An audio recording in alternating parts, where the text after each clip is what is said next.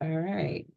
So today we have Mr. Larry Braxton, special guest, my husband.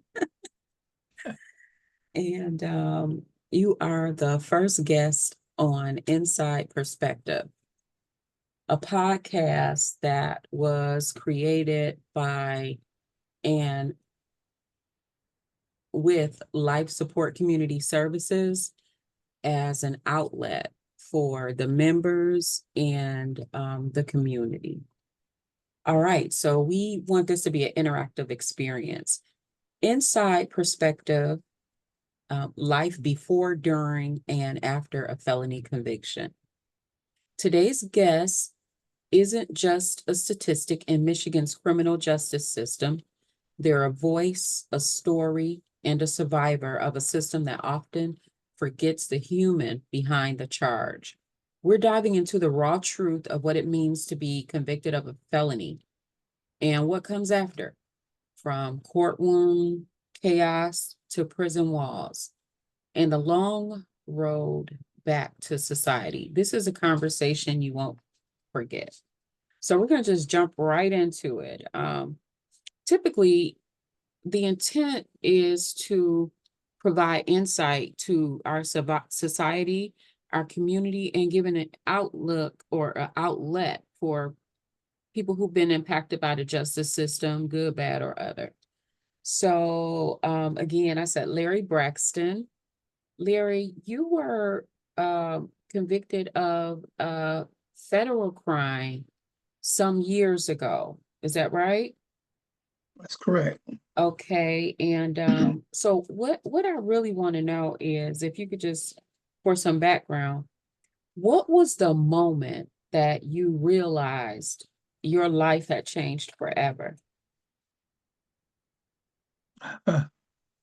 Uh, it was probably the moment that the federal agents knocked on my door and rushed in and bombarded my home.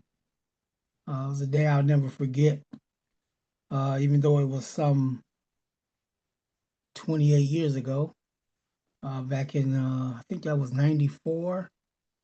Um, I was convicted of aiding and abetting the illegal sale of firearms. I was a licensed gun dealer, and I was convicted of selling some firearms to people who didn't have a license. Okay.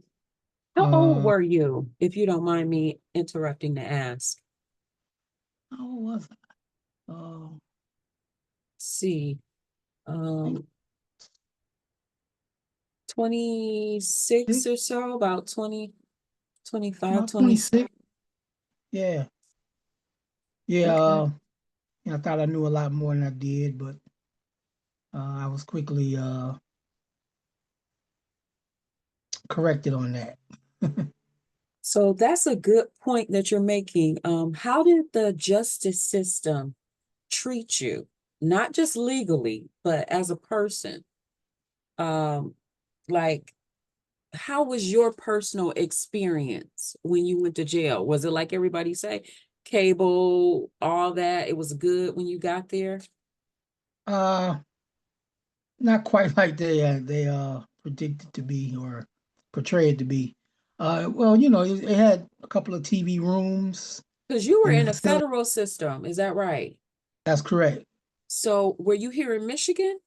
I was in Michigan for a while. I went to, well, when you go through transit, you hit a lot of different states, but I was actually housed in Michigan, Maryland, and Indiana.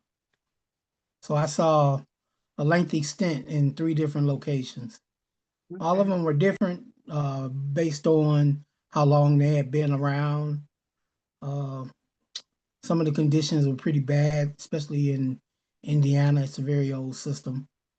Uh, but How were people the are a lot. facilities, like the bed? Was everything comfortable? Your seating arrangements, all that kind of stuff?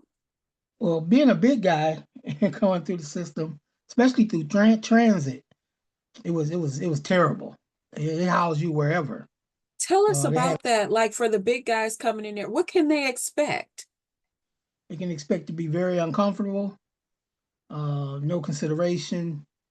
Um, even here on the streets, I mean, things aren't really uh, conducive to a big man, Mhm. and it's even worse in the system. But fortunately, my ability to communicate, I was able to impact some change on that situation. Um, Okay, like as I how know, so? when we had to eat at the chow hall, all the tables were like little booths in McDonald's. And being a big man, you couldn't sit in a booth that size. I impacted and had to put paperwork on the system basically, so that they created some what we call big man tables, where the tables are further back from the seat to give you more room. And Okay. so a lot of big guys were thanking me about that. It made me pretty popular. So what do you think? You have made a something you stated a few minutes ago, how it's uncomfortable in the world, but inside, you had to put the pen. That's what you were saying. What do you Yeah, mean by that? you have to write your Congress people, your representatives, state and federal, so that you can get some You have to support. advocate for yourself. Got it. Absolutely, Okay. absolutely, because no one's Okay. going to do it for you. And the more support you have on the outside also helps. Um, Okay.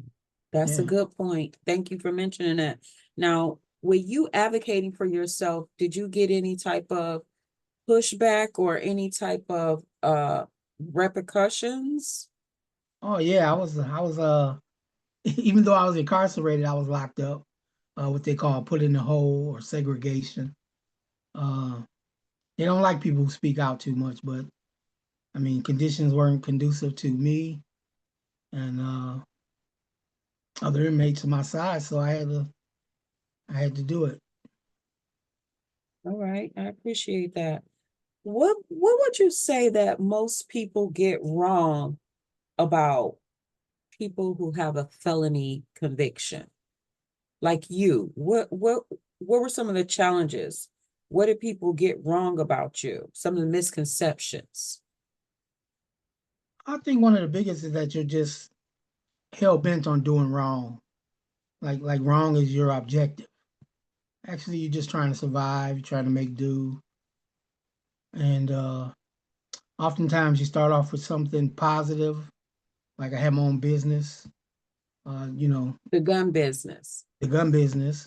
It was Okay. something I enjoyed, and I like to go into the range and such, and so did a lot of my friends. But um, situations often spiral out of control, and you find yourself doing something you probably wouldn't normally do.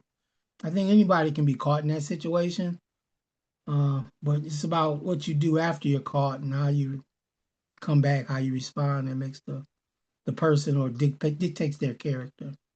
I'm glad you said that because I want to ask you a question. I have a lot of insight about you, but I don't, it's many things that I don't know. Who can know everything about a person, right? Oh, So absolutely. I really want to understand, like, if you could speak to yourself, to that person that you were, because I mean, even from my perspective and other people's perspective, it looked like you had everything. I mean, I know there are some challenges because as an adult now I can see, hey, his dad wasn't there. He wanted that. He had his mom, he had his grandparents, but still is not like having both of your parents, being raised in that type of environment. And then we know that there were other issues, you know, um, but it just looked like he had more than me, so he had it all, right? Right, right. If you could look back, and then it's like, wow, you were already ahead of the game at General Motors, working, doing all those things, working in automotive and as a design, working, doing detailing and design. I didn't even know that Black people did it, to be honest. That was an introduction in the 80s. But if you Yeah, could look back at yourself and say, man, speak directly to the version of you at that space where you were with all the advantages and disadvantages, what do you think that, and just before your conviction, what do you think that you would say to that person before you got caught, you know? Yeah, be patient. A lot of times when you're young, you see others supposedly doing things that look progressive, look like they're getting by and making do and doing spectacular things, but everything comes to individuals in their own time. And when you hit hard times, when you hit difficulties, be patient because they don't last forever. You The can put hard yourself in a times. bigger hole, Okay. yeah, Mm-hmm. trying to get out of it, trying to make it happen, as they say. Sometimes you gotta uh, be like a branch in the stream and go with the flow. Because being spiritual, believing in God, He'll make a way, and you gotta believe that and be patient. You know, stick to doing the right thing. Don't try to jump to make it happen and find yourself in a much bigger setback like I did. So what was your sentence? I was sentenced to 37 months Ugh. I mean, incarceration. that sounds like So, ouch, right? That yeah, hurt. yeah. How did that feel hearing that? Uh, it's funny. In my experience being in court, I saw a lot of young brothers from right here in Detroit and Michigan, the surrounding area, and they were getting 120 months. Mm, You know, big numbers, and it's weird to say, but I almost felt fortunate because I had an out date that I could see myself coming out. You know, perspective. but it was scary. Yes. It was scary. No, I wasn't gonna lie to you. Not knowing what to expect, uh, relying only on the stories you've heard, because I didn't interact with anyone who had been incarcerated at that time. I didn't know anything about it. Some people they kind of know the background story. Mm-hmm. I had a little knowledge. Had some good advice from my brother-in-law. He told me just carry yourself like you do on the street. Stand up for yourself. Don't let nobody punk you or trick you, and you be all right. And it was great advice. You know, put me in the right frame of mind for that environment. So, um, you brought this up, so I want to ask this question.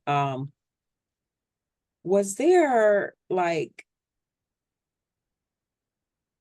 a moment in prison that broke or built you, like a monumental moment, something that you still think of today that impacted your life in a positive way, whether that thing was negative or positive?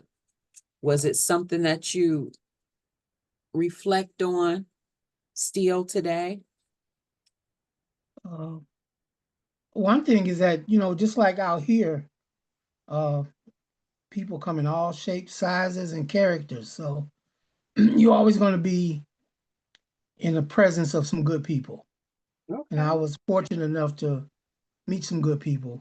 Uh, I embarked on some change, and being in the federal system, you meet a lot of people who you might not have met on the street.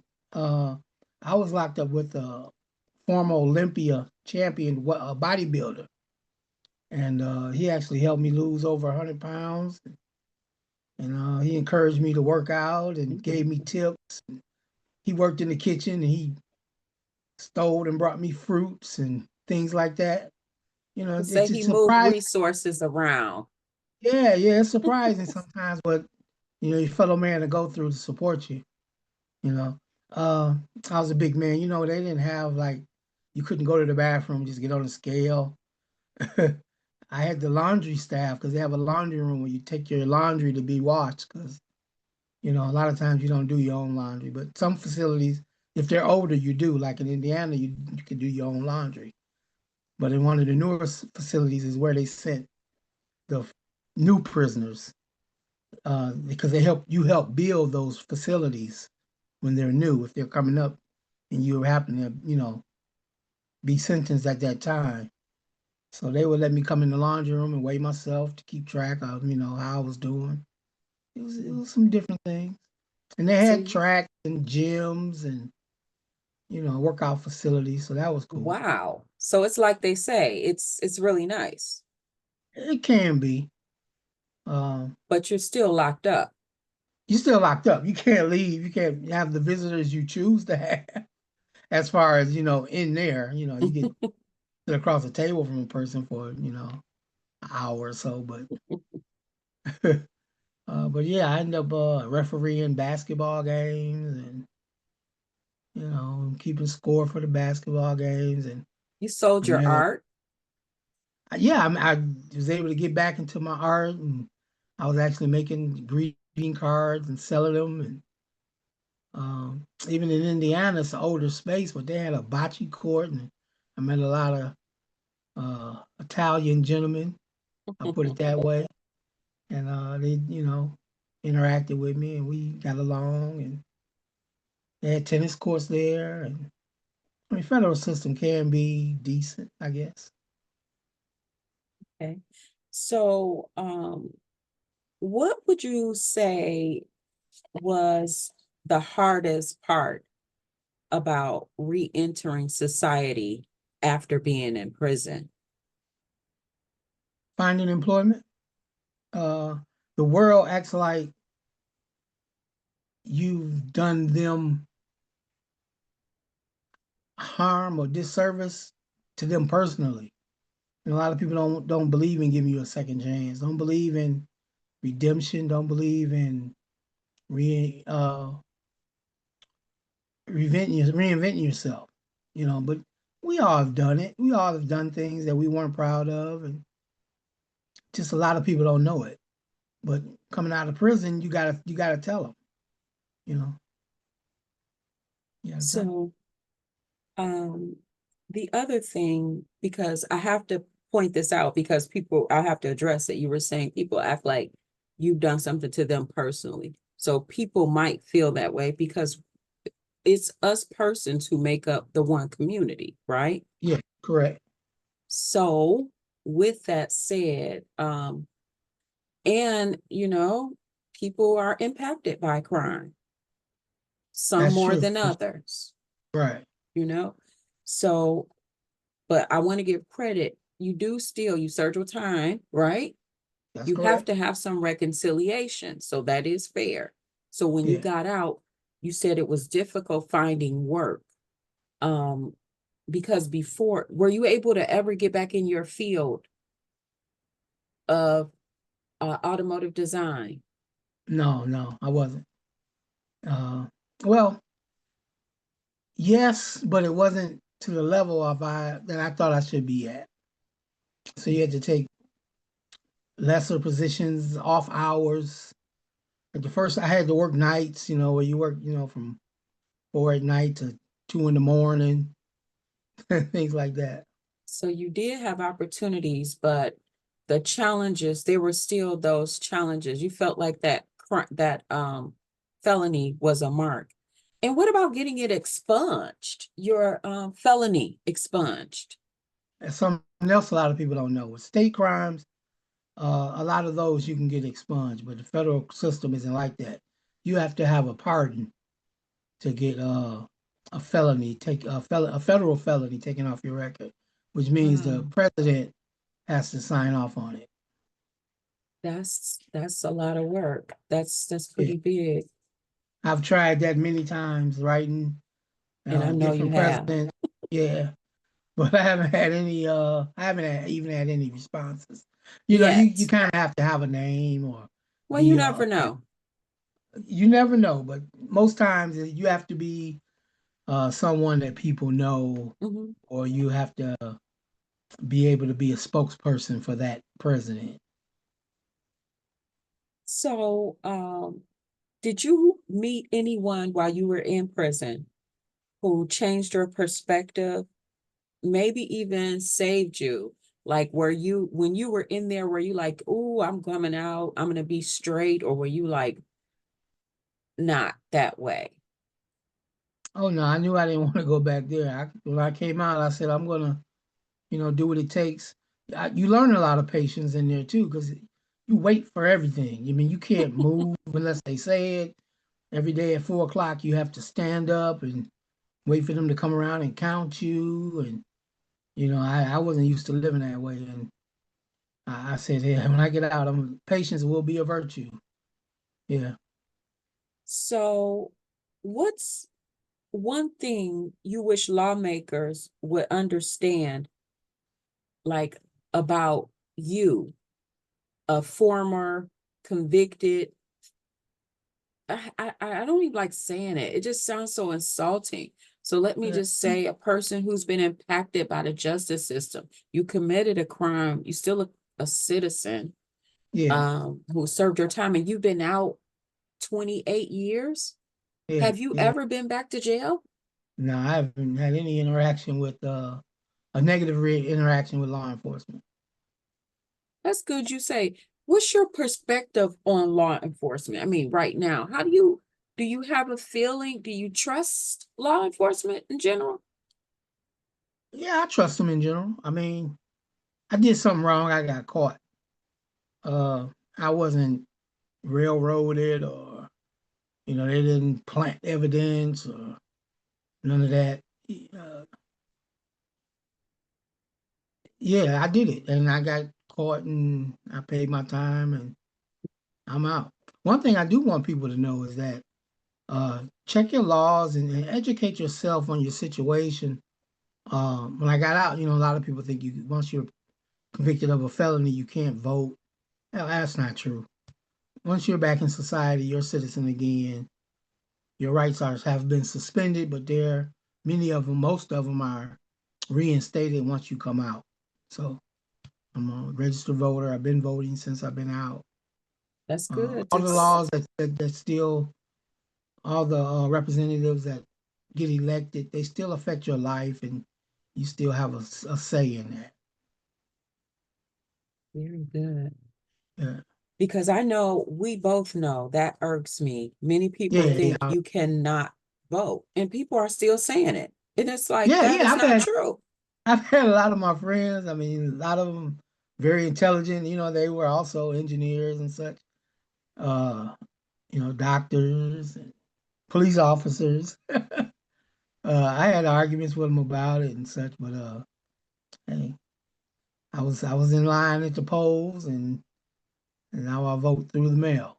And your vote counts, right? My vote counts like just like theirs does. Yes. Yes. Okay, so are you still, I mean, today, do you feel like your experience, the fact that you went to prison, impacted your life? Do you think it had any impact on your,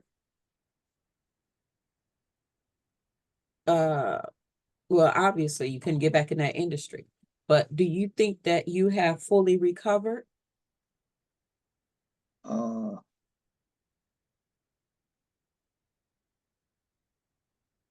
I made the best out of a bad situation. I'd say I recovered somewhat. I don't know if you can ever recover from that. I hear Uh, you. I don't look back. Okay. I don't look back often. I try to look forward. I've been through a lot of things, even since then, illness and such, that just make you feel grateful of the grace that God gives us. Amen.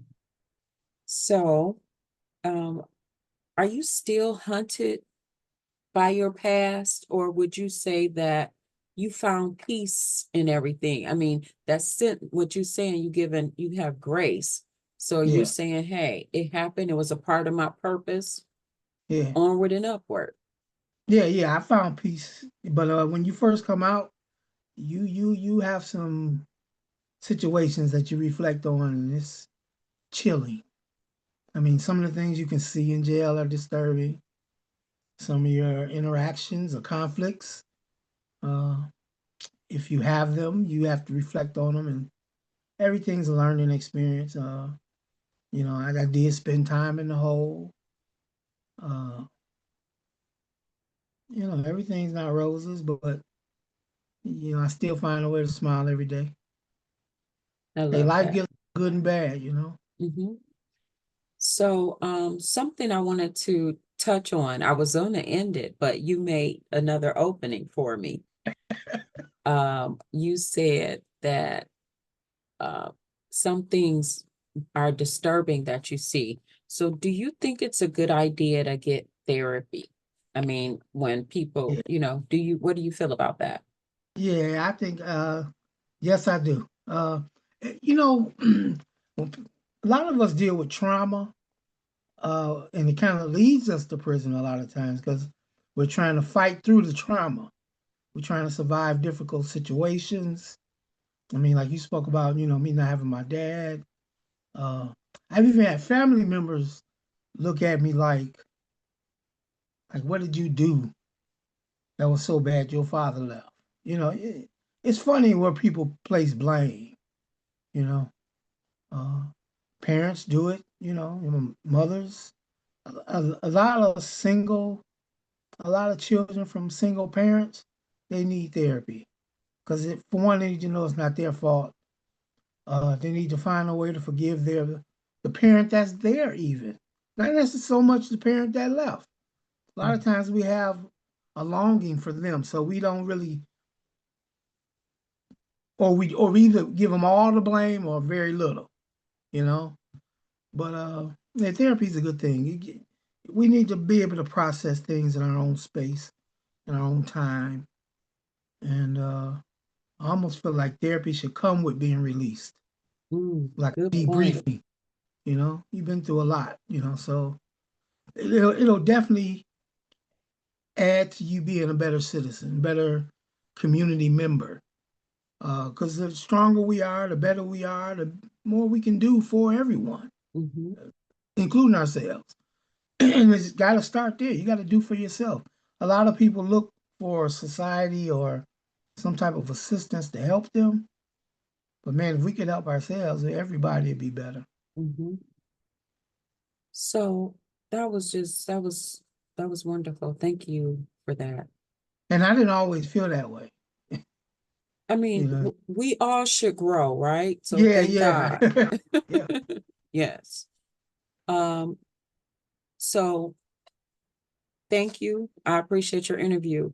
Now, I just want to move on to something else that you said. You talked about therapy, that you think therapy should come with being released and Yeah, re-entering society. So the other thing with regards to employment, we know that we need help and assistance because someone has to be willing to hire people with the felony, yeah, right? right. And so that thing, even though you were still able to find positions and places that did hire people with felonies. Yeah, yeah. Okay. And the other thing about that is housing. What about that? Do you think that how was the housing situation when you came home? Do you think that if you didn't have family to assist, that you would have been that would have been a difficult proposition as well, finding someone to provide housing or rent to a person with the felony? Yeah, definitely, definitely. I even had issues. You have issues securing loans or dealing with Hmm. banks. You're impacted everywhere. You're largely your credit score is usually crap when you come Hmm. out. Um, And they were on applications where they would ask for like housing and um, other major loans. If you had a felony, do you think you paid more in fees than the oh, average? I would imagine yes. How did that feel to make you, yeah, you do often? I mean, potentially. Yeah, I don't know. yeah, yeah. I won't You, you, step yeah, back you. from that Uh, comment. right, right. A lot of times it isn't, overtly obvious, but you know. Hmm. Yeah, And then you just say that's just the cost of being having a conviction or yeah. being justice impacted. You gotta roll. You gotta keep moving. Martin Luther King said, if you can't, go forward, you hit. You gotta keep moving. If you can't walk, you crawl, you know. So, with regards to life support community services, so how do you think you will be able to contribute to the purpose of that nonprofit organization? Well, I definitely know I'll be able to relate. I know some of the things they'll need. Uh, I can talk to them from real life experiences. I can create a space that's mentally safe because there's no judgment. You know, I'll be able to help them in many ways. Many ways. Well, Larry, I thank you very much. And is there anything else that you want to say before we end this session of Inside Perspective, our first session, which I'm excited to say? Yeah, one of the things I want to share too is anybody that's out there doing anything, forget that notion that when you get in there you won't have to work. You're gonna work every day. You're gonna do something every day. In jail. And you're gonna make 10, 12 cents an hour, 20 cents an hour.